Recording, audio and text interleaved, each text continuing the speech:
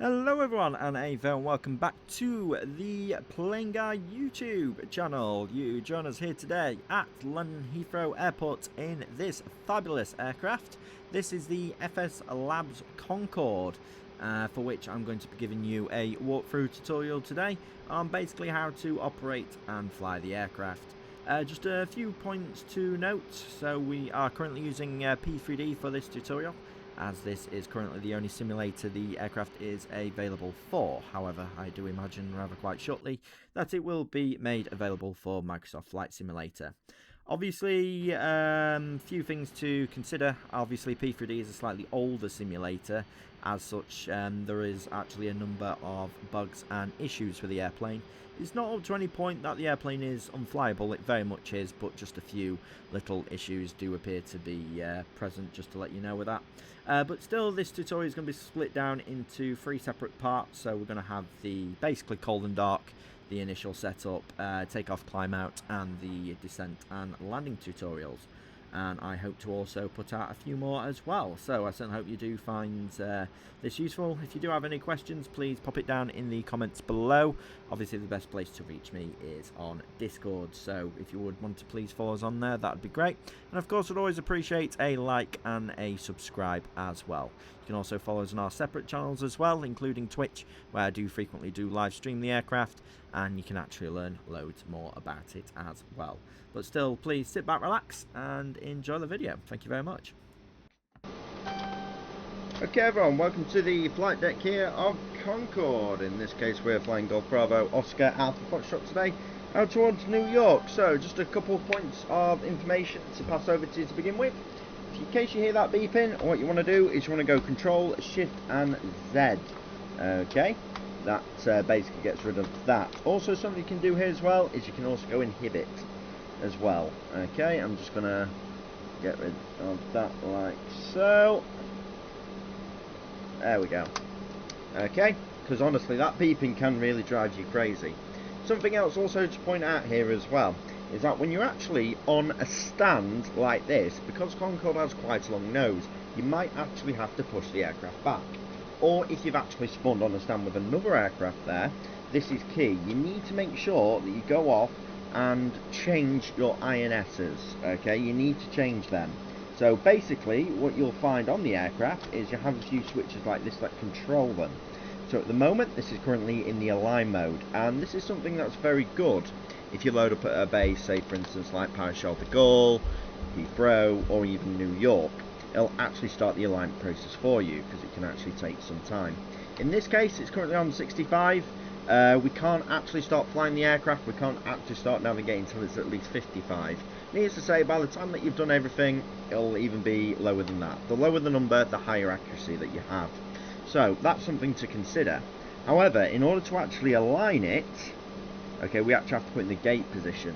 Now if you try and align that, continue the alignment process while you're moving the airplane, it will break this, okay? So just in case you ever have to move the airplane, what I recommend that you do is you move these knobs over to standby. You can put them on standby.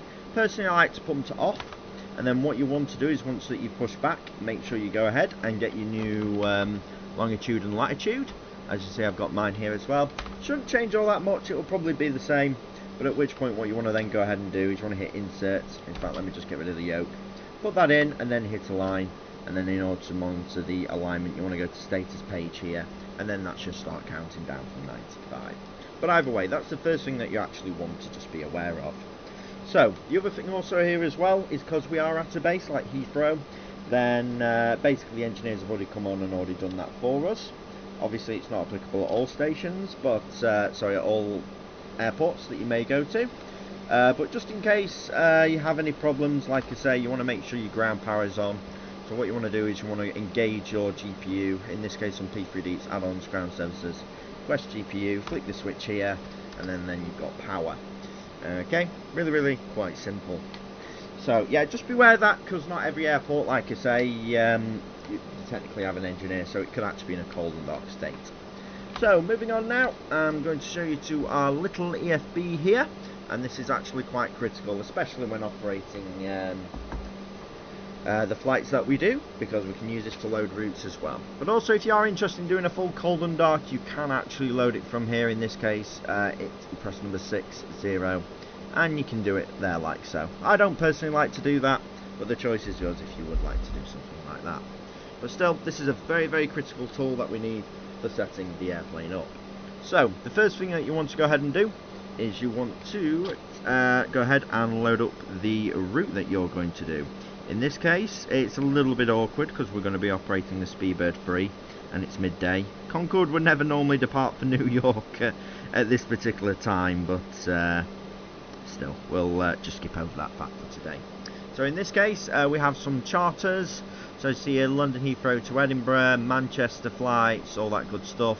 So you have quite a large option here of flights should you want to go ahead and do that. Of course, we also have an option to import routes. Now, typically what I do is I import routes. The reason that I do this, especially when going into places like Kennedy, for instance, is that we can actually have quite a lot of waypoints when it comes to the applicable runway we need to get into. So I just find that that's helpful for the INS. I like to do that. However, I don't always do that, and for the purpose of today, I'm actually going to show you how to set up the INS for the approach situation, just in case you do have a lot of waypoints. So we'll come on to that. But in this case, we're doing probably the most popular route, London Heathrow to New York John F. Kennedy. We have two routes, Track Sierra Mike 2 via Lind, that's the standard one, and we have an alternative via Marconi. In this case, we're going to do Lind. Okay. What I also like to do here as well is I like to go on a random payload, and I like to choose any random number 0 to generate that. So this is basically setting your 0 fuel weight here, so I'm going to go, okay, yep. So in this case, it'll be 91.4, so near enough full. Okay, we'll enter that. Taxi fuel. Yep, this is very, very important, especially for somewhere here at Heathrow, because basically you want to make sure that you do have enough taxi fuel. Typically, if we're going to be down to 27s, I like to put about 17 to 19 in. However, if we're going to be departing from 09 just here, I can probably take about 900. So, yeah, let me just check that.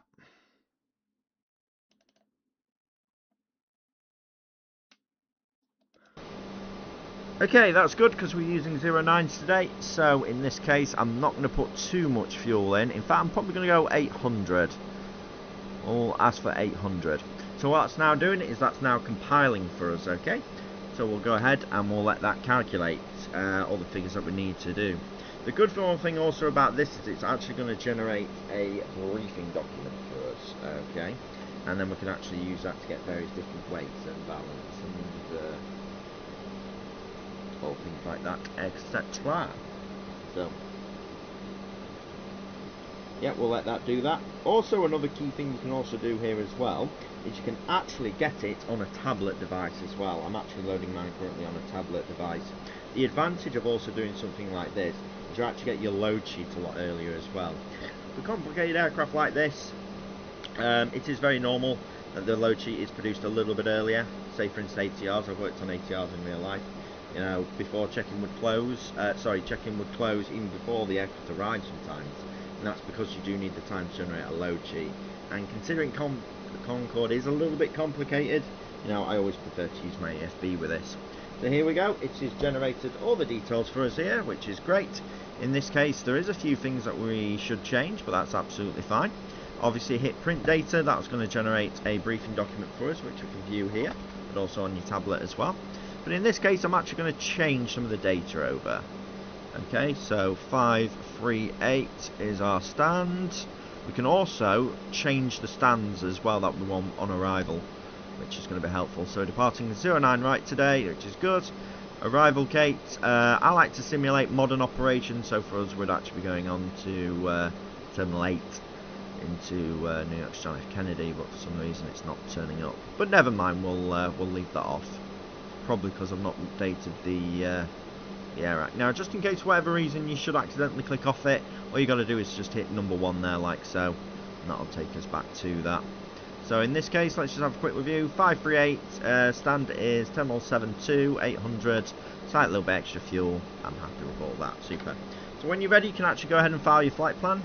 You hit number 2. That's going to generate your everything you need to file for VATSIM for that. But if you're all happy with that, you can hit 0. That's going to generate for you. We can now get rid of that, and the document should come up here like so. Also, what you should also be seeing now is you should also be seeing our load sheet as well. The thing to note with the load sheet, like I say, it will only really pop up if you're using like a tablet version, because obviously there's no way of updating that. But I'll be going through that with you shortly. I'm just going to go ahead now and quickly file my flight plan. Okay everyone, so sorry I forgot to show you, something else you should also actually change when it actually comes to your flight plan here is you want to make sure you get the right call sign. Like say for us today we're Speedbird Concorde 3, so you want to go ahead and make sure you change that as well. Also you can actually ask for any extra fuel should in case you do need that, but make sure you hit number 9 here so it goes ahead and recalculates that for you. But as you can see here on our paperwork, it now has Speedbird number 3 listed, so that is good. I've now just spent a little bit of time going through the paperwork there. However, something that I do recommend that you do as soon as you can is to actually get the virtual flight engineer and the virtual co-pilot doing their thing as soon as possible. So what we're going to go ahead and do is we're just going to try and find this. I'm actually just trying to it's the ground call button there like so. But you want to make sure that you do this after you've actually set up your flight plan in your EFB here, okay? So the first thing I'm going to do now is I'm going to go over to checklists. I'm going to enable that. We'll first start on the safety checks. Now before I do that, I'm just going to make sure that my interphone is all the way up, because otherwise you're not going to hear them here as well. Also, just in case you haven't done this, make sure you go to options, make sure you set up your intercom sound device as well. So just in case you can't hear it, you know, that's potentially one of the reasons as to why. So just make note of that in case you haven't already done it. So in this case we're going to hit 0. Right, that's the walk around complete. And there we go. So the flight engineer here is going to start setting up their panel, and so is the co-pilot there. That's great. Next thing I'm also going to go ahead and do here is I'm also going to go ahead and get GSX doing their thing as well. It's very important that you do this as soon as you can, and that's one of the reasons why, because the refueling service. I am finding as of late that GSX is getting a little bit glitchy on P3D when it comes to the refueling. They'll definitely come and top up the tanks for us, but then they don't tend to leave as much. Okay, so what we're going to go ahead and do now is we are just going to run through some of the paperwork here. So this here is not the load sheet, but I have just got the load sheet. Hopefully you should be seeing that on screen now, and I'll just run through some of the figures. So in this case, I like to just go through it now just to make sure that I'm aware of everything. Like I say, I don't really like to simulate changing it because it will just become an absolute nightmare. So in this case, it is the Speedbird 3 on the 20th of July. Golf Bravo Oscar Alpha Foxtrot. We are supersonic. We have 3 flight crew here today, which is good. Obviously captain, first officer, co-pilot, and obviously the flight engineer, which is good. In this case, loading compartments, the weight, it is 2702, which is good.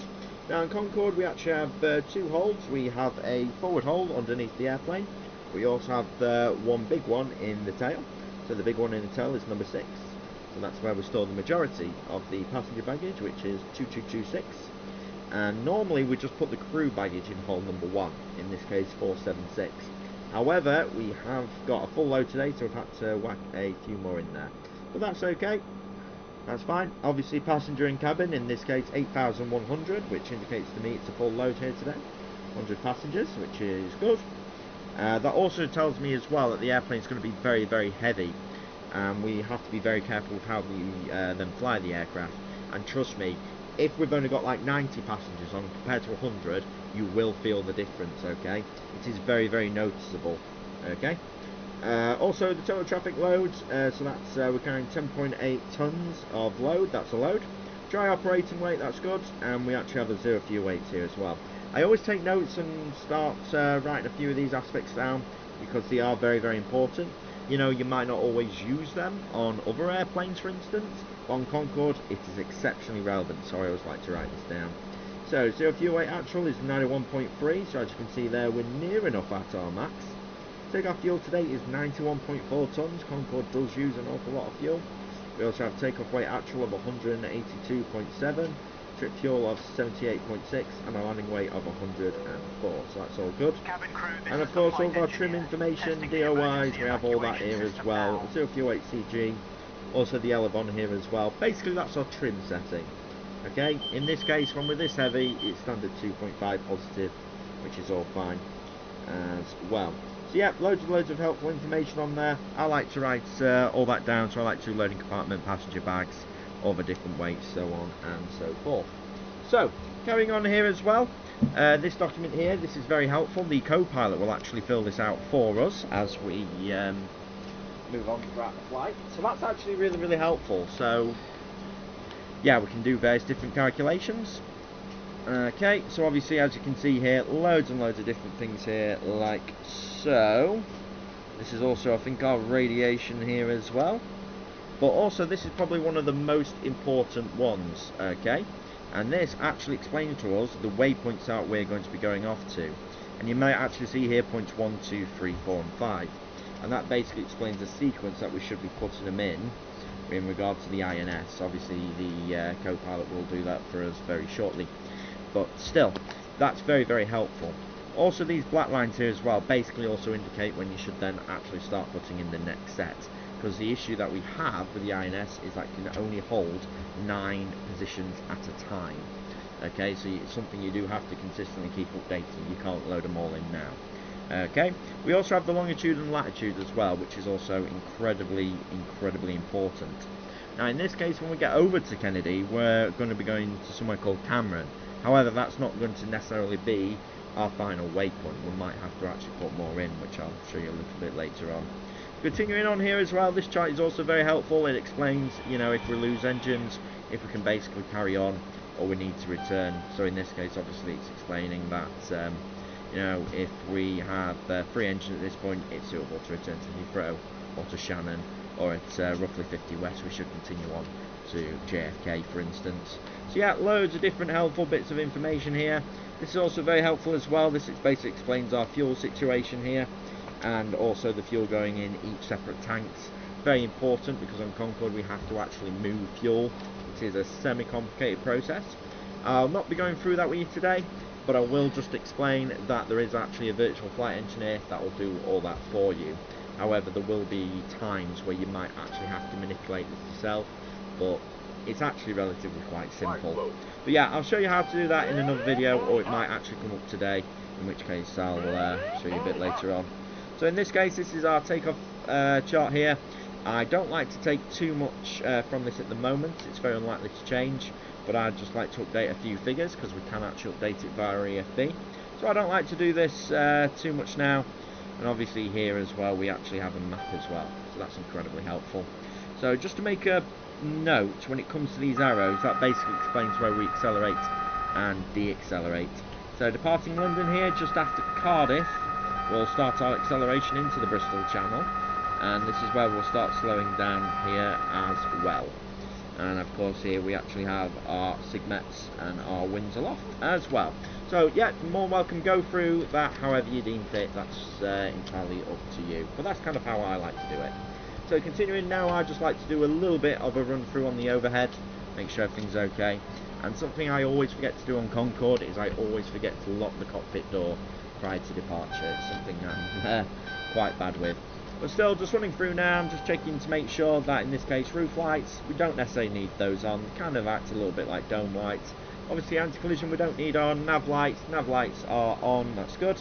But something I do like to do is I do like to do a light test, make sure that we don't have any blown bulbs or anything like that at all. Okay, so that's good. Pressure static heaters, they should be off, that's fine. Engine rating should be set to climb, that's fine. Fasten seat belts, in this case because we are refueling, they should be off. So moving down now, throttle master, considering this is the first flight of the day, these should be set to main. Very likely I'm probably actually going to do, and I wouldn't do this in real life, I'm probably going to do a flight back to Heathrow, in which case I need to go onto the alternate system. That's fine. This here is sort of standby hydraulic system, just leave that on normal, you don't really need to touch that in normal operation. In this case, moving on down here, check and make sure the anti-icing is off. We also have some lighting here as well, so if you are flying at night, set that however you want. In this case, making sure these on the, it says auto ignition, these are fuel valves, HP valves, so in this case, yeah, you want to make sure they're closed basically. And obviously auto throttle, you want to make sure that is on. Auto ignition we don't need to set up as of yet. We're moving down now, obviously these are artificial stab and feels. Want to make sure all these are off. We don't need to play around with this at this particular stage. And here we also have lighting and a few more icing controls here as well, which we don't necessarily need to touch. Bear in mind the windshield de-icer here. We can turn that on if you want. However, in this case it's summer, we don't need it, so we're going to leave that to off. Next thing I'm also going to do here as well, I'm just going to do another light test, just making sure they're all working, which they are, which is great. So moving on down now to my panel here, do a few more tests. I'd just like to check the warning on landing display, that's what it is there, like so. Also like to test the artificial arising there. I'm also going to test our radio altimeter here as well. So we should hear that slight bing whenever we put the dial to that. Also something you can do here as well if you want, you can sort of set it to like 200 feet now. So just in case you do come a little bit low, you can get that I can't ever pronounce it, oral warning. I personally don't like to do it because I find it a little bit of a distraction. So I'm just going to go off and get rid of that like so. But for me, I'd just like to go off and perform a test on all these items, just make sure that they're working. I'm also going to indicate to standby, and I'm also just going to do a marker test here, make sure they're all working. We don't normally use that, but that's just what I like to do. Okay, I'm also just going to test my HSI here as well. Yeah, that's fine. Also just update my altimeter. I like to cheat with this, I just press B, set it to wherever the local is. Saves me a bit of time. I also like to set my TCAS range to 8 miles, but yet again set it to whatever you feel comfortable with. We also have a clock here as well, and there is actually a little bit of a cheat I used to set that up, because it's, we have to put a certain time on that a little bit later on. So moving forward here now, I can see that the refueling is taking place and is going very well. Now I'm also wanting to carry out a test on our anti-skid. We have 2 tests for this, there we go. And for some reason that's not working too much, but never mind. Also something you can also do at this particular stage here as well, because we are getting passengers boarding, we can actually set up our information screens. Okay, so just to let you know, this works in statute miles. Okay, it is recommended you put 314 in, but if you're doing the longer approach, there, hang on, there we go, that should fix that. But if you are doing sort of longer approach into the 22s at Kennedy, I like to set it a little bit further, so I'm going to go 316. I always like to go 316 because it's just a nice safer option, because what can happen is when you're actually flying into Kennedy about 10,000 feet, it could actually just say, you know, thanks for flying Concorde and sort of conk out. So I like to try and keep it going as long as I can, so I like to set it to 316. There we go. So obviously we're going to right click on that, just in case you do need to reset it, you can use this switch here. So there we go.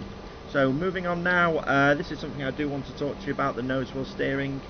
You can't just steer with the rudders on this aircraft, so I highly recommend that you actually put one of your, if you do have it, one of your throttles to nose wheel steering, like I do. It is very helpful. The other thing to also note as well with that, if you don't kind of have one spare, I highly recommend that you do play around with this, because trying to taxi the airplane, even though it does have some authority with the rudders, you know, you do need a tiller and axis set for the nose wheel steering. That's really going to help you. Also we have a few more lights here as well, just in case you want to go off and set those as well in case you're flying at night. Okay, we have another set of test switches there, which is good. So moving on now down to the lower pedestal, also whilst I'm here as well, check that my throttles are working, which they are. I'm just going to go ahead and do another light test. Oh, okay, it's glitching out for me a little bit here.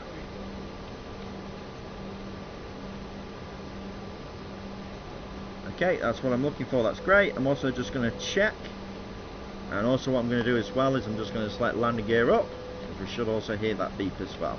So that's all you're really doing at this stage, we're just doing a few tests here like so. Something else you can also do as well here with the ADCs, so you've also got your stall warning test here if you wanted to do that as well.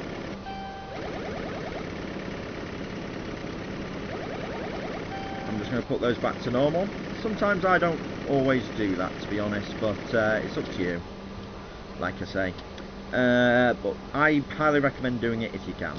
Right, so in this particular case, obviously we have our weather radar controls here, checking to make sure that those are off, which they are. Comms, I don't like to set up at this stage, but we do actually have a fully working audio panel. So in this case, I believe Heathrow Tower's online, I'm just checking. 118505, which it is.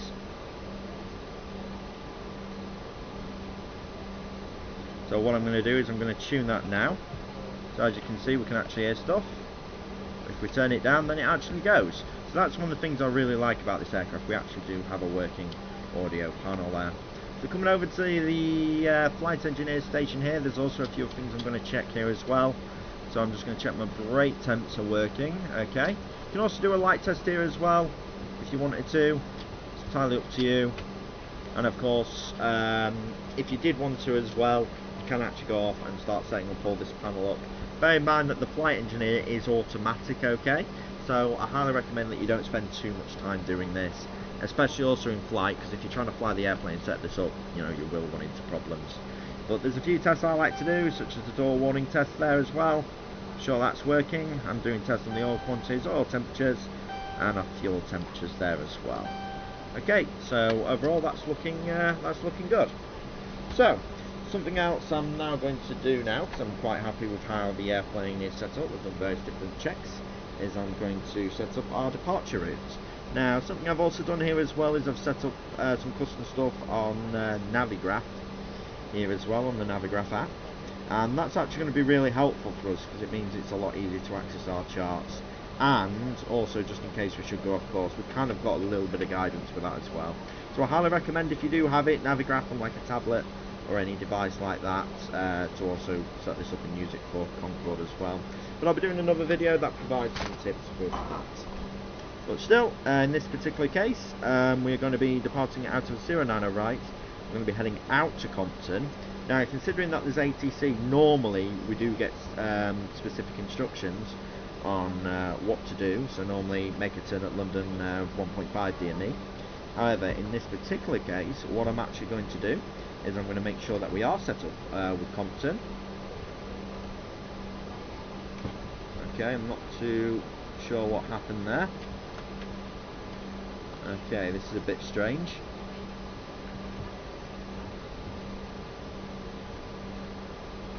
Right, that's very strange. Right, we might have to come back to that a little bit later, but I was going to say I think we might actually get away with that for today's flight. No idea why it's doing that. See if I can, I think it might be a little bit of a bug perhaps, but still we should be able to get around that. Okay, so in this case we're going to set up Compton 11435. I'm also going to set it up on the other side here as well. In fact, actually we need London. I apologise, we're going to set up London on this side here as well. And if you come down here as well, we have something called our devs. So you can actually switch over what your source of navigation is depending on whatever system you're using. So in this case I'm going to go Dev 2, which will give us London. So at 1.5 we'll need to make the turn. But in this case I'm going to switch to Dev 1 just ever so slightly. And I'm going to set up my course here as well, which is 100. So in terms of the navigation that we do on Concorde, like I say, we don't have any GPS. For us it's just pure INS, and obviously using radials and VWAS and things like that. So just in case you might be a little bit unfamiliar on how to navigate with the aircraft, the HSI is very simple. You can set it up to various different data sources. So in this case, this is our primary switch for this, so in this case radio, that's what we've got set up. So if we've got certain radio navigation beams, it's going to show us whether or not we're left or right of that as well, which is very helpful. Or if we need to go on INS, in this case we can do that, and yeah, again it will show us whether or not we're left or right of where we need to be. Quite straightforward, but yet again I will do another tutorial that basically explains how to do that. So in this case we've got all the fuel on. Okay, how we're looking like with the passengers. Yet again, this is where it does get a little bit glitched out. Let me see if we can get GSX up. Okay, we're nearly finished, so that's good. So the next thing we're going to do now here is we're just going to go ahead and check our takeoff information. So what I'm going to do here is I'm going to go to performance calculations, takeoff. I'm going to hit any key, and just in case you need to, like I say, remove anything like the noise restriction or anything like that, you can do so here or change anything. But for us, we've had no changes here today. So yeah, that looks fine. So we'll just go off what the information says here. Also, something I'm going to do here as well, it says bug instruments. I'm going to do that now, and that's very helpful because it will put our time in as well, and it also, like I say, says for airspeed bugs there as well. So that's really helpful. So in this case, let's have a look. So we're probably going to be taking slightly higher V1, 164. Obviously, we'll take slightly less in wet conditions. Oh, sorry, it's the other way around. I apologise. Actually, no, I apologise. It is the other way around. If it was wet conditions, we'd take 149. If it was dry conditions, like it is today, we're going to go 164. Sorry about that. So, in this case, our rotation is 196. Our V2 is 219er. And there's a few other things that you also need to note here as well. Obviously, there's a lot of information on here. But for me, I like to whittle it down to some key bits. In this case, 13 degrees. That's going to be our AOA after takeoff. That's going to be very important because what's going to happen is going to go full climb power to about 1500 actually it's not 1500 feet, it goes off timing. So once that timer runs out, we're going to take the engines back slightly, take off the reheats. Now, especially on a higher weight like we're doing today, it can be very, very difficult to climb because we don't have a lot of excess thrust. So it's very important for us that we adopt the right pitch as soon as possible, so that way we can get a really, really good speed. So that ensures we can still climb very nicely, okay? Because believe you me, I've had it before where we're flying at like 210, 220 knots, very close to stall speed, and you're just causing yourself more and more problems. Well, you'll get to see that in just a few moments' time. The other thing we're also going to look for as well is our elevon. We can go ahead and set that up now. Normally when we're at this sort of weight, it's standard 2.5 anyway, so we'll go ahead and set that up. Great stuff. Obviously fuel flow, this is all going to be taken into account by the flight engineer. Engine free acceleration 675 feet, okay, that's all fine. But these are the critical things we need to look for, okay? So the time is 77 seconds, that's before we have to initiate noise abatement. And our throttle lever angle is 13.5, so we'll go ahead and set that up. Oh, that's great timing. So 17.5. I'll explain to you a little bit later on about what the TLA does. So that's all well and good. So we'll go ahead now and we'll set up our autopilot panel here as well. It's on one hand quite simple. We have a lot of simplicity to this, but at the same time you can't treat this like an airliner autopilot, okay? Commands respect. So I will also show you how to do that as well. In this case, we can put our V2 speed in, which is 219er. Also, just in case there are any issues after takeoff, I do want to commit to a right-hand turn out. So in this case, we're going to go 280. Okay, that's great. We can also set this up as well on the co-pilot side. Why not? But this is actually a slightly easier departure to, believe it or not, than if we're actually going off the 27s. Okay, and in this case I'm going to expect climb to 6,000. We'll probably go slightly a bit higher than that today, because I don't think there's any AC after takeoff. Let me have a look. Okay, no there isn't, so in this case I'm going to whack it up to flight level 290. So for us, I bet you're saying, why don't we go higher? The reason we go up to 290 or even 270 is that we want to be at that lower level, because that's the most optimum for going supersonic. So initially we have to adopt a slightly lower level, go supersonic, and then that's when we can start going up into 50,000 feet or above. So something else I'm also going to do here as well, even though we'll actually do this on the checklist. In fact, I'll actually wait for a moment. We'll do this on the checklist here. But that's basically just going through and checking to make sure that our various different waypoints are actually correct. It's very important that you do test this, to have known there to be a few issues. Very rarely out of Heathrow, but I still recommend you do that. Okay, so at this point, because we're now pretty much done, we're going to do the before start items. Now I bet you're saying, why don't we do the cockpit prep? Well, as soon as you've done the safety checklist, that'll initiate the cockpit prep. In this case, what we want to do is want to do the before start checks. Now, just before I do that, I'm just going to go ahead and sort out GSX here, because it's still saying that we're refueling when we shouldn't be refueling. Okay, catch alert successfully, that's fine. In this case, I'm going to hit number 2. Before start checks, master and we're going to go through some checks. Set and checks, no flags in the middle. Cockpit inspection and security. Complete. Mine's complete. Oxygen.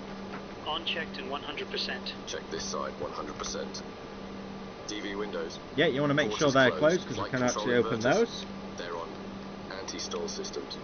Yeah, the anti-stall systems here are there. You want to make sure those are on. Set to radio. Instrument transfer switches. Yep, set my side. Yeah, these are the instrument transfer switches. 1027. Nav radios. Yeah, they've been set and identified now. Brakes. Set to park. Nav lights. They are on. Throttle masters. They are set to main. Yep, yeah, again, like I say, if we're coming back, I'd go to Yellow alternate. and off. Fuel heaters. Auto. Engine recirc valves. So basically, Shut. these are all the different Secondary various doors. components, in Selected this auto. case, on this panel for the Check. flight engineers. Batteries. So They as you are can on. see, it's a fully interactive INSs. system, which is really Right good. then, present position from the book. So this is just checking the INSs here. North 51281. West 289. Yep, that's current position. So this is And where now we can looking actually at go the forward and first check floor, everything out. waypoint 1. North 51272. Correct. West 527. Waypoint 2. North 51295. In fact, this is also another good reason why we check it, West because we're going to be expecting 0113. departure out of the Waypoint 3. 09s. North It's actually got us set up 51312. with Woodley, but actually no, we are West using Woodley, yes. 01273. Also at this stage as well, I'll Waypoint just 4. make North sure that's tuned in on the ADS, which it is. West 01416. That's all checked. Down to 0. Ready for nav. So yep, Nav on 1. so in this case what we're doing is 2, we're going to nav. This is also something you do need 3. to do with the INSs. The ready nav lights To are basically say that you're now ready Loading to checked. navigate. Nav mode mix. out. Loading checked. Nav mode mix. Then check nav mode Bikes mix. and pitch index. I've got 164. 196. So yeah, basically at this stage we're just 280, reviewing everything, 259, but there will be a few points where you 250, do actually have to and a pitch interact with the index crew. of 13 degrees. Fuel flow and P7 bugs. Do you agree with these figures? 194, 190, and back there 382, 378. Yep, they look good. Okay, good, that cross checks. Clock and TLA bugs? 77 seconds, which is 1 minute 17. Set Check. both sides, cross checked. Right, briefing is next. Okay, so we're departing off 09 right. Standard left-hand seat departure via Compton. Straight ahead to London 2 DME, then a right turn with 15 degrees of bank. We'll take 2% on the power through heading 155 and increase the bank to 20 degrees, climbing to 6,000 feet, and we'll expect to get radar vectors out towards Compton. The safety height within 25 miles is 2,300 So see, it's feet. very, and the top of the climb very is in-depth here. 3,300 feet, so we'll use 3,300 feet. We'll stop for the usual emergency items that we'd stop for, come to rest on the runway, make sure we monitor everybody and do the correct drills. We'll then agree a diagnosis and actions between us. If we're happy, we'll vacate the runway. If not, we'll call for assistance. If we have an emergency after V1 and it's to do with the engines, I'll ask for contingency power. We'll rotate in the normal way and then we'll agree a diagnosis between us and run the checklists. If we need an immediate return, we'll circle around. Otherwise, we'll fly away to dump fuel and then come back. All happy? Yep, that's all understood. Okay, that brings us down to the line, waiting for the load sheet. Okay, so when they say waiting for the load sheet, that basically means we need to get GSX up and running. At this stage, before I do that, I'd literally call for ATC clearance and also startup clearance as well via ATC. It's very much an art to be able to do this right, especially at Heathrow at certain times, because you can be waiting for quite a long time. Right, I think I just need to... I can barely hear him here.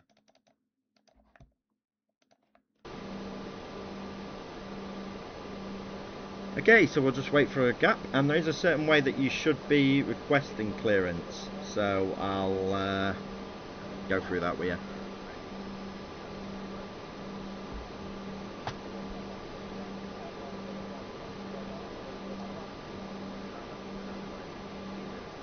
As you can see, they're a bit busy, so I might have to wait a little bit.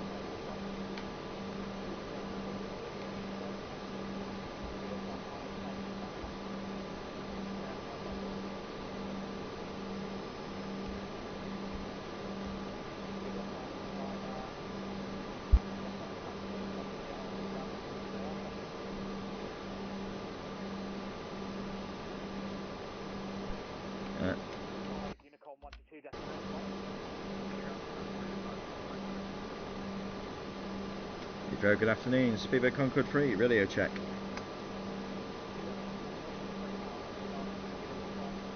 Thank you very much. Speedboat Concorde 3, stand 538, Information Hotel, Mercury H1027. Request clearance for Kennedy, please. Track Sierra Mike.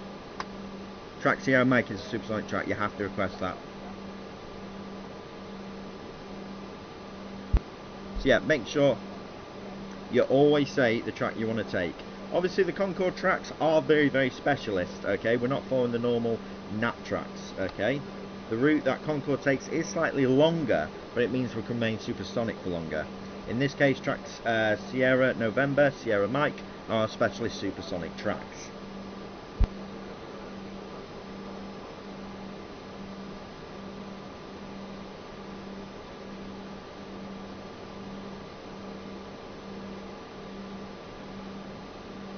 Also at this stage, it's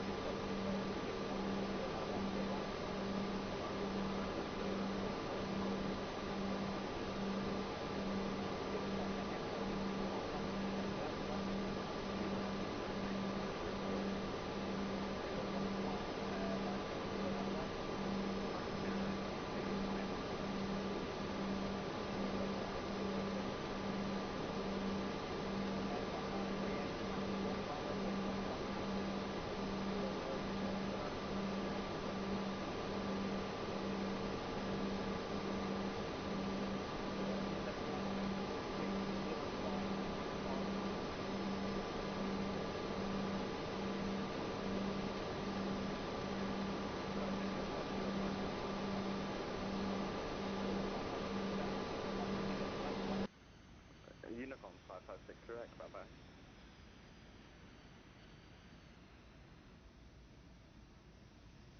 Speedboat 181, wind very over 6 knots, runway 09 right, clear takeoff. 09 right, clear for takeoff, speedboat 181.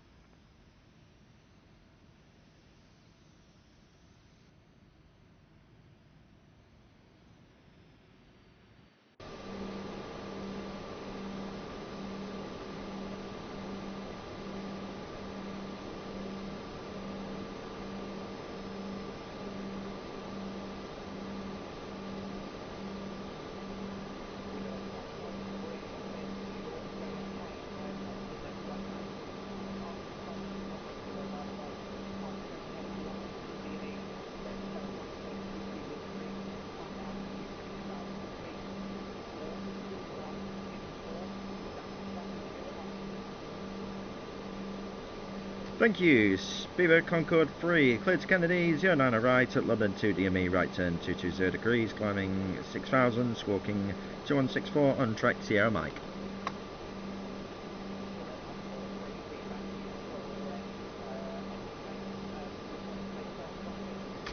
Should be able to start up in the next 3 minutes if you're happy for us to do that. Yeah, thank you very much. Clear to start, 538 and we'll call you for push, Speedboat Concorde 3. And that's the other thing also, just be noteful as well when it comes to air traffic, that it's very good at places like Heathrow and JFK, but if you're going anywhere else and might not be too familiar with Concorde procedures, so you might just need to fill them in. Something else I'd also mention there as well is, because we don't actually have an APU, we can't start and push, we're reliant on a ground cart. So what's going to happen now is we are basically going to start engines 2 and 3, then 4 and 1 on the push. So in this case we're just going to set up our autopilot here like so. So we're going to need to go 220. Like I say, probably after takeoff we could probably go straight on INS, but always focus on flying the airplane first. We'll follow instructions, because ATC could just always nip on as well. So in this case 6,000 feet, we'll go ahead and we'll whack that in now as well actually. Also something you can do as well, which a lot of pilots do, is they could whack in 6.1, 69 to indicate that they don't actually yet have the clearance, but for me, I personally don't ever really forget, so that's why I always do that. But still, happy with the ATC clearance, that's all well and good. So in this case, waiting for the load sheet, what you now need to do is you need to get GSX to do the start and push. However, GSX is actually got a specialist thing in place for Concorde, I think. So you can just go and request it via the menu, or you could just click down on here like so. That'll do it for you automatically. That's what I like to do. So in this case, what's now going to happen is the tug's now going to come and connect on. Sadly, we don't actually have an external visuals yet for GPU or the air start unit, anything like that. So whilst they're doing all that, we're going to go ahead and get ready to start up the engines.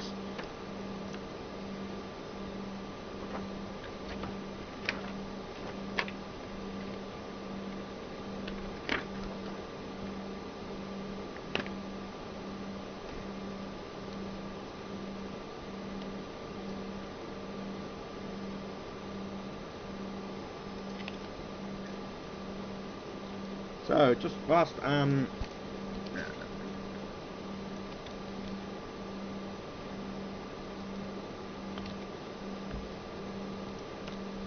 right, okay everyone, because we are basically now ready to go. We do actually now have a load sheet here as well, and as you can see, a few things have been signed and ticked off here like so. And obviously, as you can see here as well, more information has been filled out automatically by the FO. I do feel bad for the FO because they end up doing most of the work. But still, we are actually flying the aircraft, and it does require a lot of concentration. But still, just in case if you need any figures, it's all there for you. The other thing we also have to let them know as well is that we do want to push back to the left. But just in a few moments we'll be... Okay, ready to continue with the checklist? Yeah, the crew will be checked. Continuing the checks. 0 fuel weight, 0 fuel CG. 91, 0. 53, 5. Fuel remain aircraft weight. 92, 1. Okay, so we're just going through the weights here. 1, 83, 5, 7. Checked. Load limits. They are set for a burn-off. Start clearance we've got. Door lights. All out. Okay, here we go. Here's now Master time for the fun parts. So this is where, when it comes to the master warning, we have to check this. So we go recall, light test. Has been recalled and checked. So Anti-collision making lights. sure that's all working. On. Throttles. Lights, collision light is on. That's good. Engine Throttles are feed idle. pumps. Speed pumps They are on. set for Okay, let's start. get the clearance to start. On Flight 3. deck ground. Hello. We're ready to start if you can give us the pressure and the Okay, clearance. so this is with the air start unit. So they'll just pump air into the system here. L2. There we go. That's the number 2 system, L3. and that's number 3 Ready to start system. engine 3. All clear. So Starting when 3 it comes to now. starting engines, we come over to this panel. It's done automatically. Enable the debo, enable start, and this is what we're going to be looking for here. We're going to be looking for N2. 12% fuel should come in automatically. In this case, it's the FO selecting it like so. In this case, the engine should start surging into low idle. As you see here, we've got EGT. That's good. Got fuel flow indications, We're and the finished with the N1 and air the on the N2 is right-hand still side. continuing to come up. Thank you. We also want to make sure the nozzle is modulating as well. So in this case, it should go up to roughly about 36, and it should surge into high idle. And in just a few moments, the Jenny should come online. So roughly about now, it should start to get the Jenny. There we go. There we go. And she should settle around about 69% N2, depending on the temperature. In this case, it's a little bit hotter, so it wouldn't Hydraulics surprise coming me if it was a online now. little bit lower today. We're ready to start number 2. There we go. Okay. That's a good start on engine number 3. So you just repeat the same procedure for engine number 2. And also, because we do have the engine running, we now have some hydraulics. So you see that I've just slightly manipulated the flight controls. So yeah, that's all well and good. So I'm just going to ask ATC for push and start momentarily. We're finished with the ground air. Thank you. You can take the ground electrics away. Thank you. Okay, so super, that's all good. Also just check and make sure the pressurization is set here as well. Just in case you do need to set that, you can set the cabin altitude here. I did have it a few times on the first couple of flights where it wasn't being set correctly, so I did have to actually go off and do that myself. but I've very rarely had that problem. Number 3, number 2 engine. They are running. Hydraulics. It is checked. Okay. Hello ground, please make sure the ground equipment's clear. So we're ready for push. Back when you're ready. Call for brakes release. Okay, thanks.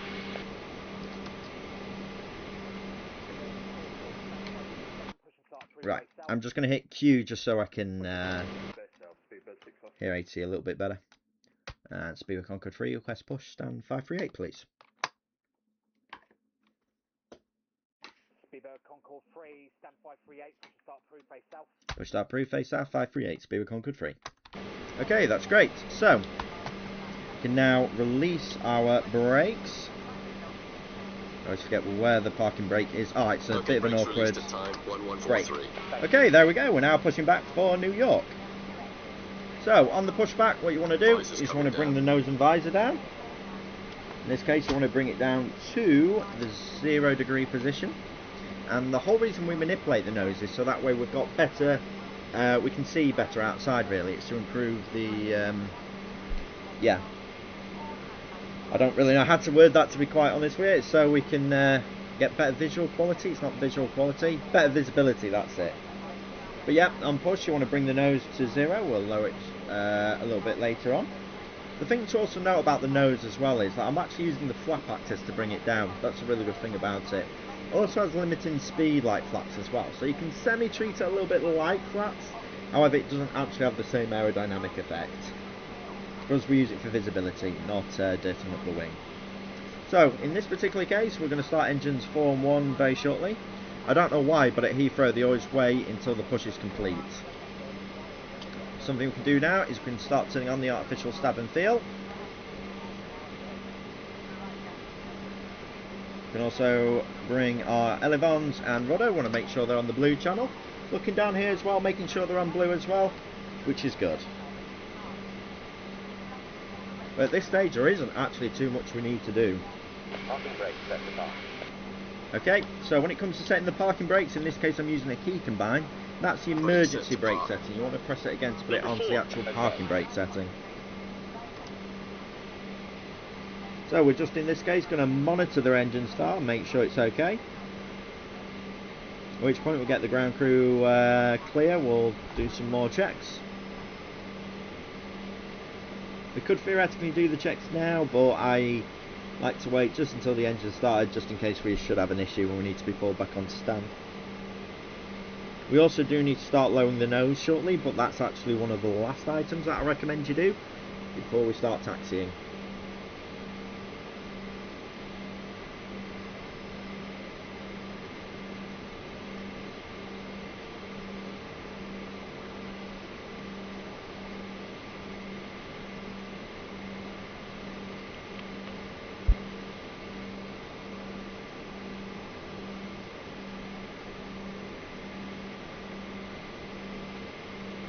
Number 1. Okay.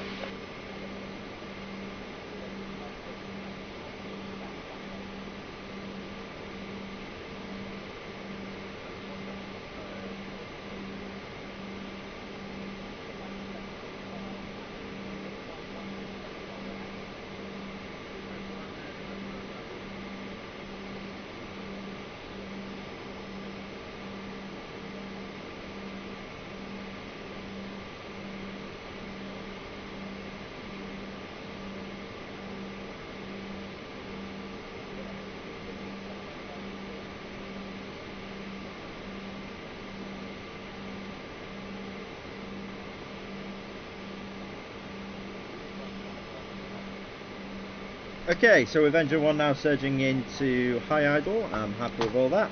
I'm happy for good engine start, and we'll get the ground crew to disconnect. Whilst they're doing that, we'll just have a flight control check. They are So, running. Pushback checklist complete. Nose wheel Go up. steering. Okay, let's check this side. We'll go Flight down. Controls, AFCS and trims. That's They're all neutral. checked now. Dab and feel. Full Yeah, left. that's all engaged. Engine anti-ice, engine schedule. Obviously they're just doing some off, after and we start fly checks over. here. Brake fans. On. Rudder for left. switches. Set to low. Right. Door Neutral. warnings. Tested and off. Engine feed pumps. And so yeah, very, very busy today at Heathrow. They're all on. I'm also going to turn on my Hydraulics. weather radar here Checked. now as well. Electrics. little bit early. I always like to make sure that the ground crew are fully clear, which they are doing now, which is good. Please make sure the ground equipment's clear. We'll look for you on the left-hand side. Thanks for your help. Okay, have a good trip. Okay. Okay, thanks. Bye. That's the So- after start checklist complete. Yeah, as he just pointed out, that's the after start checklist complete. So I certainly hope you've enjoyed this first segment. So please join us for the second one, how to basically taxi, take off, and the supersonic acceleration. Thank you very much.